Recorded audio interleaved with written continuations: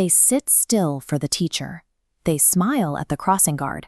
They hold it together for 6 hours straight.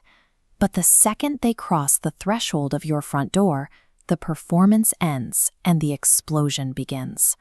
Within 90 seconds, you are dealing with a full-volume meltdown over an issue that defies logic. They are screaming because of a wrinkle in their sock, or weeping because you cut the apple into slices instead of wedges. You stand there holding the wrong apple, wondering where you lost your magic touch.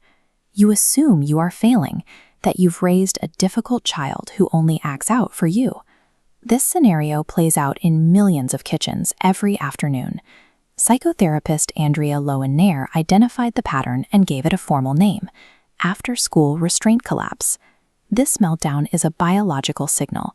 To find the source of the chaos, we have to look past the behavior and into the mechanics of the child's nervous system. Look right behind their forehead. This is the prefrontal cortex, the brain's executive control center.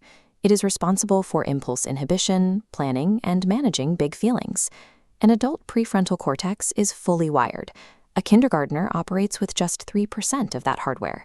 Using it all day causes ego depletion. Self-control acts like a muscle. The more you flex it, the more it fatigues. It is a finite biological resource. Think about the invisible demands of a school day. They sit in a circle when their body wants to bounce. They wait their turn. They swallow hurt feelings when friends sit elsewhere. Every micro-situation drains the muscle. Researchers note a distinct pattern. Very few failures happen in the morning. Instead, these collapses cluster in the late afternoon and evening, when the muscle is exhausted. By 3:45, the neurological budget is bankrupt. The screaming over the wrinkled sock is a mechanical failure of an exhausted system, not a behavioral choice. A healthy rhythm of cortisol, the stress hormone, peaks in the morning and declines into a smooth slope across the afternoon. But children in indoor classrooms show a different pattern. Their cortisol refuses to drop, hovering in a prolonged, elevated state of alert. Attachment researchers call this role a secure base. It is the person a child returns to when the world is too much, the grounded presence that signals it is finally safe to stop performing. When they see your face or hear your voice, their flooded nervous system receives the biological all clear. The signals from your kitchen and your smell tell the child's body it can finally stop holding the load. All that accumulated cortisol and stress discharges at once.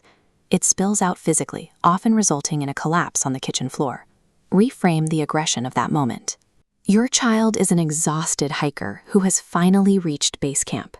The pack hits the floor because the climb is over, and the load they've carried for 7 hours is finally too heavy. The common instinct is to ask, "How was school?" But this neurologically backfires. A question demands memory retrieval, which requires the part of the brain that just clocked out for the day. Try the silent snack instead. Brain glucose drops sharply at the end of a cognitive day, which fuels emotional dysregulation. A glass of water and something crunchy on the counter fixes the biological deficit without requiring a single word of negotiation. During the peak of the storm, your calm body acts as your child's external prefrontal cortex. This is the science of co-regulation. Small children synchronize their nervous systems to yours. If you keep your shoulders relaxed and your breathing slow, you biologically force their frantic system to slow down with you. We often feel the urge to use verbal emotional coaching, but a brain that just used its last ounce of language on a worksheet cannot process a speech about feelings. Sometimes the gentlest move is to stay quiet and let the intensity bounce off you.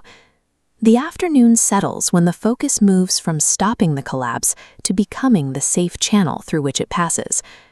In the limited language of a tired 4-year-old, this exhausting display is a declaration of trust. Out of everyone in their world, they chose you.